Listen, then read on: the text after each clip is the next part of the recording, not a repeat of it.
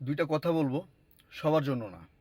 এই যারা মাইক পাইলে ধুমাইয়া বক্তৃতা দিতে পারেন, বা দেশে কোনো একটা ইস্যু আসলে পুরো ওই ইস্যুটারে নিয়ে গরম করে দিতে পারেন, স্লোগান তুলতে পারেন, তাদের জন্য দুইটা অনুরোধ করি ভাই।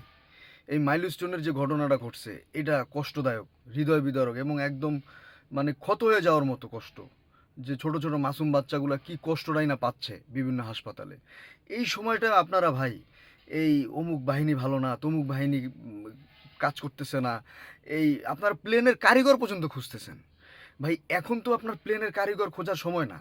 এখন আপনি পারলে মেডিকেল কলেজে যান, বার্ন ইউনিট হাসপাতালে যান, উত্তরা বিভিন্ন হাসপাতালে যান, পারলে নিজে এক ব্যাগ রক্ত দেন, আর একটা ডোনার খুঁজে নিয়ে যান, আর না পারলে কয়েক বোতল পানি কিনে দিয়ে আসেন, তাও উপকার হবে।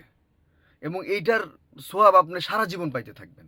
এগুলো না করে এই ওই বাহিনী ঠিকমতো কাজ করে না, ওই বাহিনী কাজ করে না, আপনি কি দেখতেছেন ভাই? সোশ্যাল মিডিয়ায় তো আমরাও দেখতেছি যে নিজেদের গায়ের ইউনিফর্ম খুলে ভিজায়ে ওই পোড়া শিশুদের গায়ে দিচ্ছে। এগুলো তো ভাই সোশ্যাল মিডিয়া আমরা দেখতেছি। তাহলে মানুষের ভালো জিনিসটা না দেখে আগেই ভাই ওই যে ওই কাজ করতেছে না, এই কাজ করতেছে না, সব বিষয় নিয়ে ইস্যু বানানোর দরকার নাই তো। এটা একটা খুব মর্মান্তিক ঘটনা।